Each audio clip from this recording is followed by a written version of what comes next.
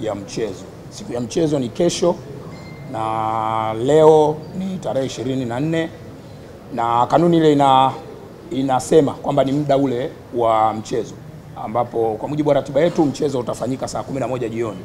Kwa hiyo saa 11 jioni ya leo ndio muda wa kikanuni wa timu mgeni kufanya mazoezi kwenye uwanja wa Benjamin Mkapa.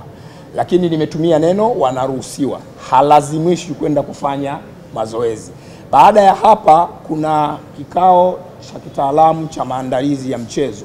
Kwenye kile kikao timu zote mbili zinakuwepo, na inawezekana uamuzi wa wao kwenda kufanya mazoezi au kutokwenda unaweza ukawa communicated huko. Kwa hiyo kwa sasa hivi hapa ninachoweza kusema ama kuwajuza wanahabari kwamba tuvute subira, confirmation yote ikishafanyika basi tutashare kupitia kurasa zetu, na nitawaalika wanahabari kwa ajili ya kufanya coverage kwenye dakika 15 za mwanzo za mazoezi ya timu mgeni. Hilo ni swali la kwanza. Swali la pili, muuliza swali amezungumzia swala la waamuzi. Jana tulitangaza waamuzi wa mchezo, waamuzi wanne kutoka Misri na mtathmini wa waamuzi kutoka nchini Somalia. Ametumia neno taharuki. Mimi sidhani kama taharuki ni neno sahihi sana. Ni vile watu ni habari ambayo kutokana na upekee wa mchezo wenyewe, upekee wa tukio lenyewe, na watu wameipokea vile vile kiupekee.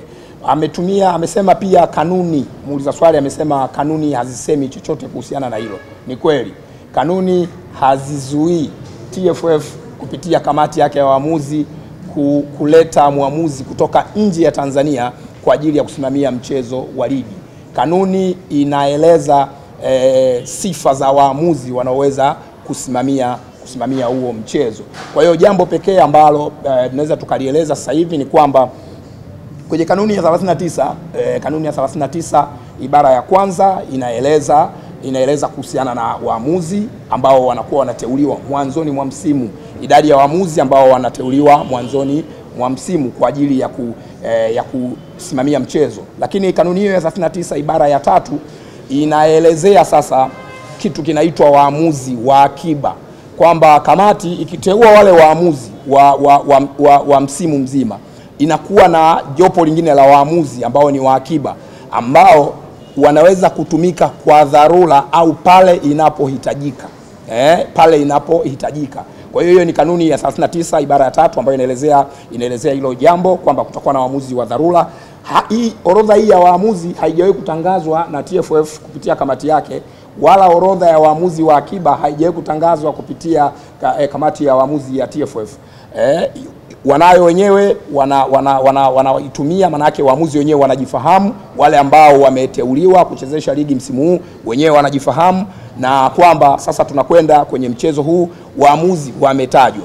Kitu kingine ambacho tunaweza kukieleza ili wadau wengine wafahamu ni kwamba waamuzi walioteuliwa ni waamuzi wa kiwango cha juu sana, waamuzi ambao majina yao si mageni masikioni kwetu na wala machoni kwetu. Tumeshawahi kuwashuhudia wakisimamia michezo mikubwa ya ngazi ya klabu ya kafu, lakini pia hata ngazi ya taifa, kwa maana ya michezo ile inayosimamiwa na kafu ya timu za taifa. Lakini pia wameshawahi kufanya vizuri kwenye michezo ambayo inasimamiwa na FIFA. Ni waamuzi wakubwa, waamuzi wenye profile kubwa, wenye uwezo mkubwa, ambao kutokana na kwamba hili ni tukio lenye upekee, dabi ya Kariakoo, sherehe za kukabidhi ubingwa kwa pamoja, mambo haya mawili yametengeneza tukio kubwa sana, tukio kubwa na la kipekee. Si tu waamuzi kutoka nje, kuna mambo mengi sana yataendelea kutangazwa na kuelezwa ambayo yanaendelea kusherehesha upekee wa tukio lenyewe.